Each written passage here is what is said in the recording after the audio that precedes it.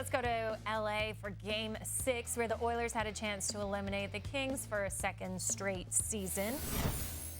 And that's, of course, Edmonton on the verge of advancing to the second round in back-to-back seasons, something they haven't done in 25 years. McDavid has been held without a goal in 4 of the 5 games this series, but just over a minute into this one, McDavid, a good chance. Stopped by Jonas Korpisalo, the Oilers captain, relocates to the front of the net, and Evan Bouchard throws it in front.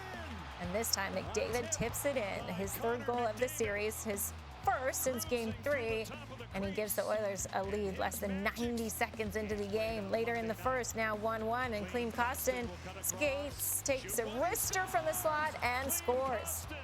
Kostin's second of the series, Oilers up 2-1 after 1.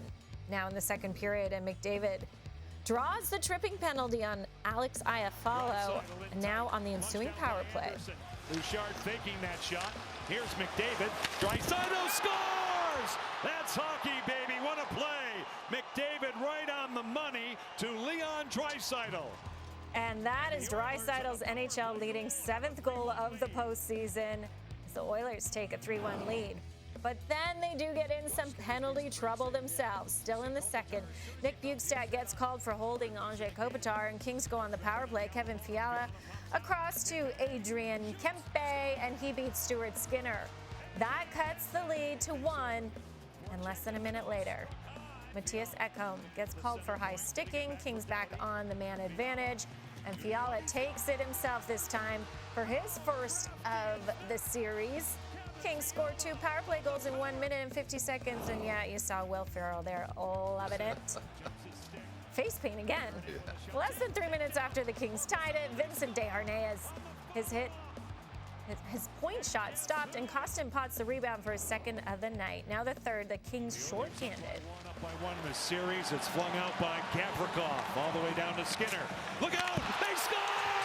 Philip Deneau says thank you very much. It looks like a bad gaff from Skinner, but as we take another look, his stick was actually broken on the play. So an unfortunate break for Skinner, who had 40 saves, tied at 4, and with 3 minutes to go. This is Yamamoto. He'll take it high. Shot. Scores! Kyler Yamamoto floats it. So Yamamoto, who hadn't recorded a point in this series at all coming into the night, he comes up with the biggest goal of the series as the Oilers close out the Kings for a 2nd straight year. I'm really proud of the guys in front of me. We battled. It was a hard-fought series. LA came every single day, and it was just, we went through adversity this first round.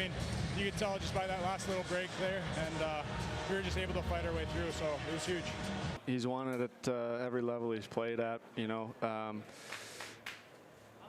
just can't replicate that feeling of playing in big games, and he's a guy that's played in many, and obviously he's doing it at the NHL level for the first time. But just so impressive. To give up a goal like that, a bad bounce there, but to give up a goal like that and then shut it down after, it's a credit to him and how mentally strong he is. Well, Leon Draisaitl has also been excellent in this postseason. As you look at the company, he joined by getting to 70 playoff points in 43 games.